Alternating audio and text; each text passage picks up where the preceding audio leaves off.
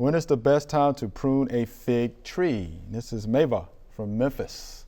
That's an easy question. Easy question.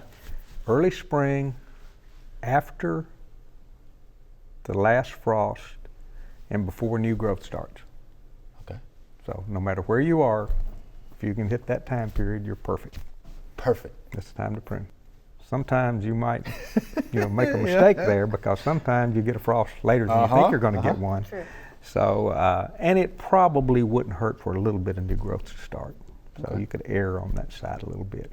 The reason you wait until after the danger of the last killing frost is because sometimes the cold weather is going to kill tissue, and you're always going to want to take the dead, and diseased limbs out when you prune. And so you want to make sure Mother Nature does what she does, Right. and then you go in there and do what you do. Thanks for watching. If you liked it, subscribe.